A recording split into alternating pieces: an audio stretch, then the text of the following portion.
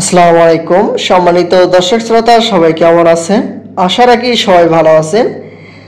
2025 সালে মহার্ঘ ভাতা দেওয়া হবে সরকারি চাকরিজীবীদের। এতে সরকারি চাকরিজীবীদের কার কার বেতন বাড়ছে এ প্রসঙ্গে একটি পত্রিকায় নোটিশ প্রকাশ করা হয়েছে। এখানে বিস্তারিত কি বলা হয়েছে আপনাদের মাঝে আজকে জানিয়ে দেওয়ার চেষ্টা করব। মহার্ঘ ভাতা নিয়ে কার কত বেতন বাড়ছে, আশা করি ভিডিওটি মনোযোগ সহকারে শেষ পর্যন্ত দেখার চেষ্টা করবেন। আর আমাদের চ্যানেলটিতে নতুন হয়ে থাকলে অবশ্যই চ্যানেলটি সাবস্ক্রাইব করে রাখবেন। এখন দেখি এখানে বিস্তারিত কি বলা হয়েছে।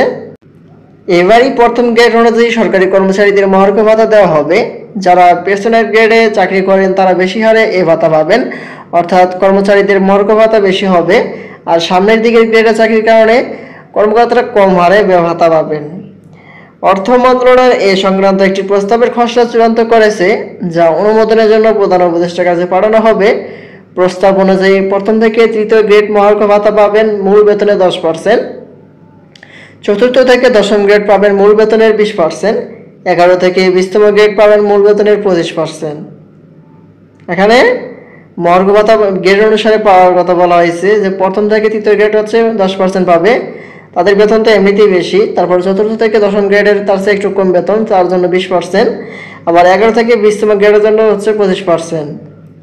সর্বনিম্ন বেতন বৃদ্ধি হচ্ছে 4000 টাকা, সর্বোচ্চ বেতন বাড়বে 7800 টাকা। কোনো চাকরিজীবী 4000 টাকার কম মহার্ঘ ভাতা পাবেন না।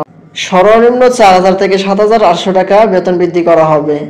আর কোনো চাকরিজীবী 4000 টাকার কম মহার্ঘ ভাতা পাবেন না। সবাই 4000 টাকার উপরে বেতন পাবে, বেতন বৃদ্ধি যে পাবে সেটির। তবে মহার্ঘ ভাতা কার্যকর হওয়ার পর আরও বহাল থাকবে না আগের সরকারে দেওয়া 5% বিশেষ প্রণোদনা সুবিধাদি। এখানে আগে যে 5% বিশেষ প্রণোদনা সুবিধা ছিল সেটা আর থাকবে না, এটা বলা হয়েছে বহাল থাকবে না। অর্থ মন্ত্রণালয়ের কর্মকর্তারা সংবাদ মাধ্যমকে এসব তথ্য জানিয়েছেন। পেনশনভোগরত কর্মকর্তা কর্মচারীরাও মহার্ঘ ভাতা পাবেন বলে জানান তারা। সবকিছু ঠিক থাকলে ফেব্রুয়ারি মাসের বেতনের সঙ্গে মহার্ঘ ভাতা দেওয়ার প্রস্তাব রয়েছে অর্থ মন্ত্রণালয়ে। এখানে ফেব্রুয়ারি মাসের বেতনের সঙ্গে মহার্ঘ ভাতা দেওয়ার সম্ভাবনা রয়েছে। আর না হয় আগামী 30শে জুনের মধ্যে মহার্ঘ ভাতা প্রদান করা হবে, এ প্রসঙ্গেও এখানে বলা হয়েছে। কর্পোরেশন মন্ত্রণালয়ের তথ্য অনুযায়ী সরকার বিভিন্ন মন্ত্রণালয়, বিভাগ, অধিদপ্তর, দপ্তর, কর্পোরেশন ও স্বায়ত্তশাসিত প্রতিষ্ঠানে প্রায় 14 লাখ কর্মচারী কর্মরত। চলতি 2024-25 অর্থবছরের বাজেটে তাদের বেতন ভাতা বাবদ বরাদ্দ রাখা হয়েছে 81,580 কোটি টাকা। বাজেট মহার্ঘ ভাতার কোনো বরাদ্দ নেই, তবে কমিটির সুপারিশের ভিত্তিতে এই হার চূড়ান্ত করে পরিচালন বাজেটের অন্য খাতের সঙ্গে সমন্বয় করা হবে। সর্বশেষ 2013 সালের 20% মহার্ঘ ভাতা দিয়েছিল সরকার, যার আওতায় সর্বোচ্চ 6000 আরও সর্বনিম্ন 1300 টাকা বেতন বেড়েছিল। 3 বছর পর যখন বেতন শতভাগ বাড়ানোর ঘোষণা দেওয়া হলো, তখন কার্যত বেতন বেড়েছে হচ্ছে 80%।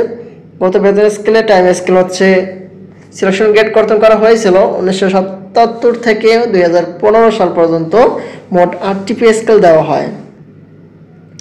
সরকারের সব সেক্টরে মহার্ঘ ভাতা দেওয়ার প্রভাব পড়ে বেসরকারি চাকরিজীবী ও সাধারণ মানুষের উপর, কারণ সরকার কর্মচারীদের ভাতা বাড়লেও বেসরকারি চাকরিজীবীর বেতন বাড়ানোর কোনো দায়িত্ব নেয় না।